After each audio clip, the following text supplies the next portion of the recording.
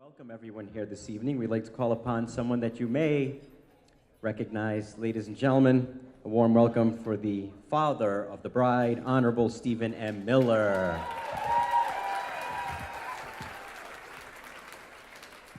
Good evening, everybody. My name is Steve Miller. Laurie Robinson Miller and I welcome you to the wedding of Matthew and Kristen Garcia. It is traditional for the father of the bride to give opening and welcoming remarks. So regrettably, I'm sorry, I will not be speaking at all about myself.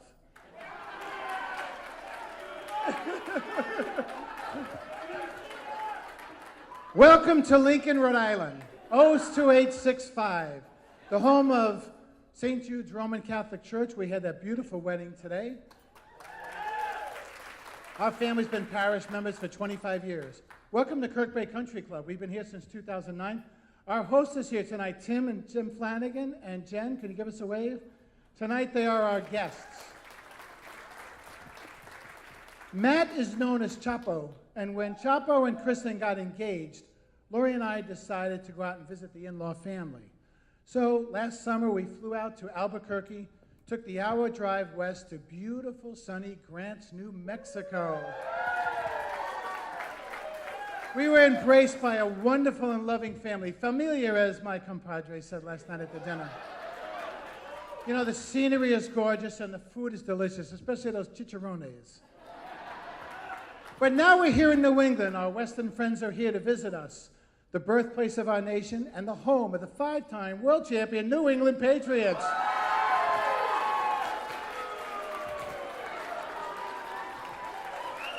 And yes, I did that for cheap applause. Here's another one. How many Providence College Friars are in the house? So I'd like to introduce you to Matt's parents, Joe and Bernice. Joe is known as Chapo. Give him a hand, please. Matt's brother, our best man, Nick. His lovely sister, Amanda Jo. Her husband, Dr. Derek Baca, please. And Bernice and Mondo's three grandchildren, Haley, Emma, and Blake.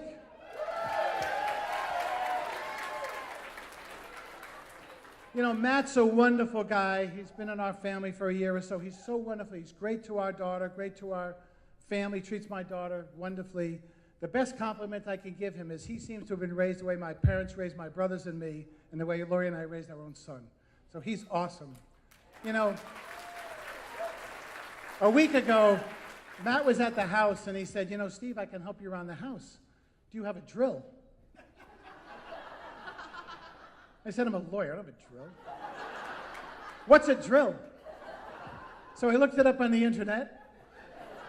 My dad had one. So Chapo and I went out and got a drill. So I think this marriage is going to pay off for Steve, you know? In conclusion, Lori, Kristen, and I have been through a lot over the last 4 years. We would not be here happy, intact, and in one place if it wasn't for every person in this room, individually and collectively. No gesture too small, no prayer too small. Those who are not here would want us to have fun and enjoy ourselves, so please enjoy yourselves, and in one word, welcome.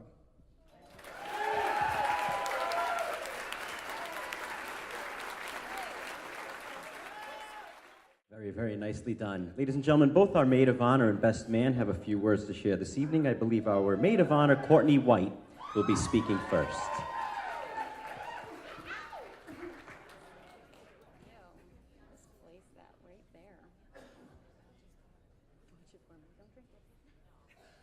Hi everyone. For those who don't know me, my name is Courtney, and although genetically Kristen and I are not related, I think our connection bonds us deeper than DNA. Growing up, we had all of the benefits of being sisters without really any negatives. We never really had to share toys or clothes because we lived in separate houses. But we did have two sets of parents watching us 24/7. Our moms also dressed us in those matching PJs and coordinating outfits, which were adorable at the time, but pictures tell a very different story. One of our trips we made an annual trip up to New Hampshire for the Wooden Tent Sale, and that's a discount clothing store for little children. So Kristen and I were excited for about the first 20 or so dresses that we were forced to try on. But after that, we were ready to play, and the moms were still in discount shopping mode. It was a valuable lesson that we didn't understand at the time. So we were pretty much on the same wavelength. At Dress Change 675, we were giving looks to each other like, yeah, our moms have officially lost it. And I knew at a young age that we would always have each other's backs and that a simple glance could say 1,000 words. On another trip, we went to Lake George, and we really wanted to ride this new roller coaster called the Comet. And it's like this rickety old wooden roller coaster. And so we were anxiously waiting in line with our dads, and as I made it up to the front of the line, I was told I was too short to ride the ride. Kristen just made the cutoff, so she and Uncle Steve went on the ride, and my dad took a sobbing child back to wait with the rest of the family. I was inconsolable, and nothing would make me stop crying. So we waited patiently for Kristen and Uncle Steve to return, and lo and behold, a sobbing Kristen comes running back to the group. Now I'm crying because I couldn't ride the ride, and Kristen is crying because she did, and it was terrifying.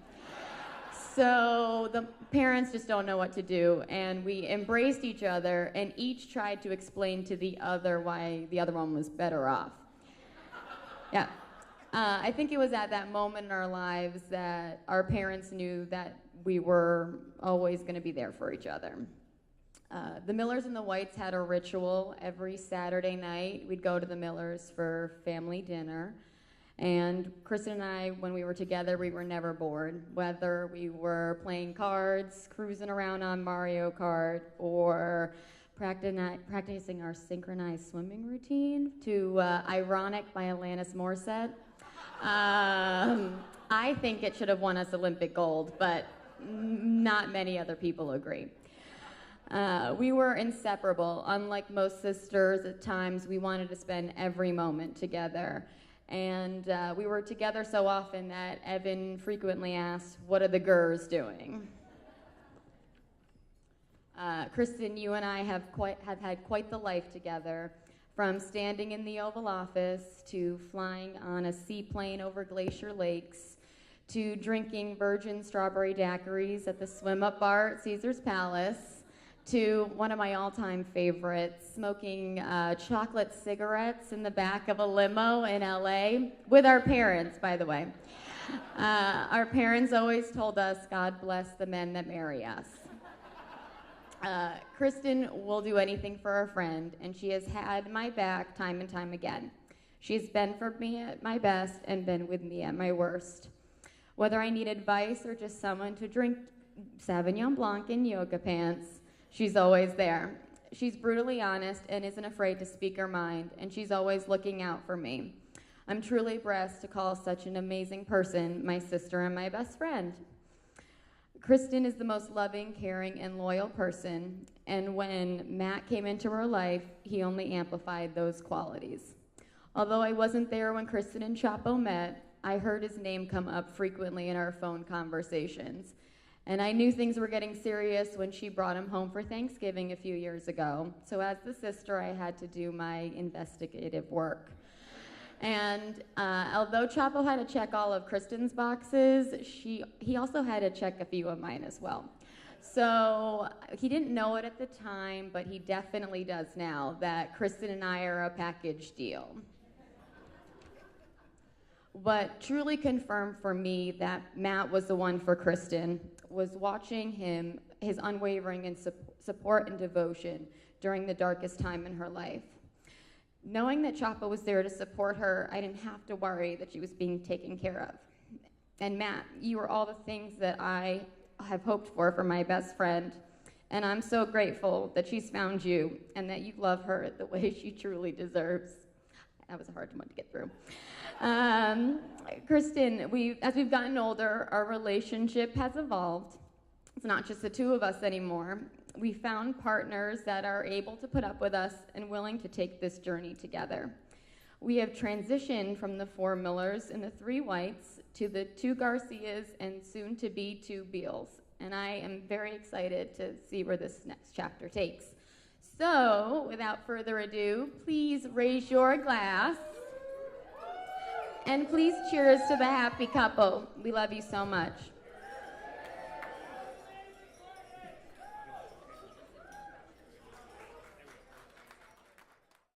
Very, very nicely done. Thank you so much, Courtney. And now, ladies and gentlemen, we'd like to call upon our best man, Mr. Nick Garcia.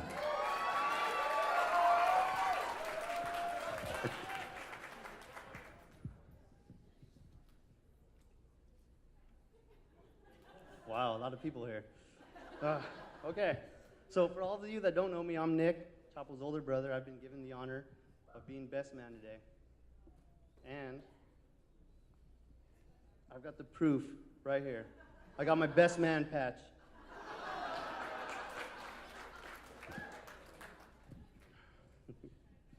So first off, I want to say a few things.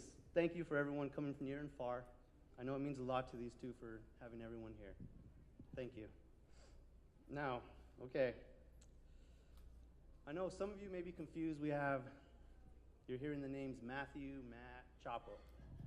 So, let's just get that straight right now. They're all the same person, this guy right here.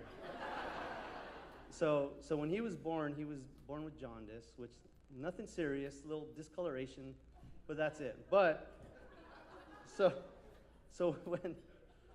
when my grandpa first saw him, in Spanish, he said, "Este cabrón mira es un chapulín," which loosely translates to, "This guy looks like a grasshopper." So,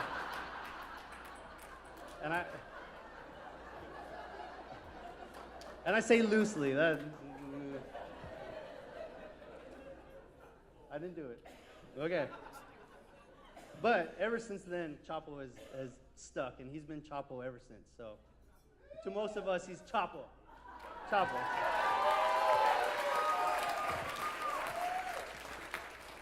So we were a close family growing up, really close. We did road trips. We drove everywhere. Summer vacations, we drove. We drove to Canada. We drove to San Antonio. We drove Vegas. Yeah. But growing up, I did not like him and my younger sister Amanda around me. I was way cooler, and when I was with my friends, I didn't want them around me. So they had to resort to hanging out together, and that usually meant playing dress up.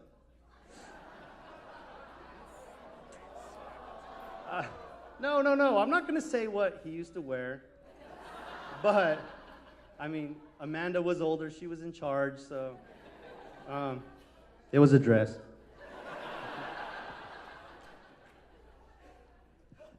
But we were close. So as we got older, he got a little cooler. I mean, but I still didn't want to hang out with him. What? But around this time, I moved away to college, and I was out to college, and I would come home on weekends and holidays, and me and Chapo would stay up till 3 o'clock, 4 o'clock in the morning just talking about what was going on, what he had going on, what I had going on. It was great. I mean, we got so close. We developed this bond, and ever since then, we've been really, really close. And then he graduated, and he would come out to visit me and stay with me on weekends, and I would take him out to bowling and ice cream. Yeah. But we just were really, really close through this whole time, and he's always been my buddy. He's my helper. He's always been really there for me. No matter what, he was always there. But then I introduced him to my friends. He moved out, by the way. He moved out with me to California and lived with me for a year. I introduced him to all my friends, these guys all in the wedding party, and they liked him more than they liked me. I mean, no, who don't? No. Especially that guy. That guy right there, Joe. So Chapo and Joe went to Vegas for a Vampire Weekend concert. He sat next to this girl named Kristen. You know, you guys know how that came out, but I mean, the way I picture, I wasn't there, but the way I picture it, he's, you know, putting his best lines on her, and, you know, Kristen's like, stop. Yeah. But eventually she gave her his number. I don't know what she was thinking, but, so yeah, ever since then, it's been Kristen and Chapo. Or Matt, or Matthew, whichever you want to do. But Kristen, beautiful, amazing, caring. I can go on, but I won't. These two together, I mean, it's amazing. The way these two are together is fun, yeah. But when she got introduced to our family, she just fit right in. It's like she's been part of the family for years. And I couldn't ask for a better sister-in-law. Stop. I mean, even though she does ask a lot of questions sometimes. I mean, we used to have these road trips to New Mexico, to wherever, or weekends. I'd go to Vegas, or she'd be in Ridgecrest, and she just questions. She don't stop. But I love her. But to you too, a life full of happiness and health. So everyone, raise your glasses to Matthew and Kristen. Salud!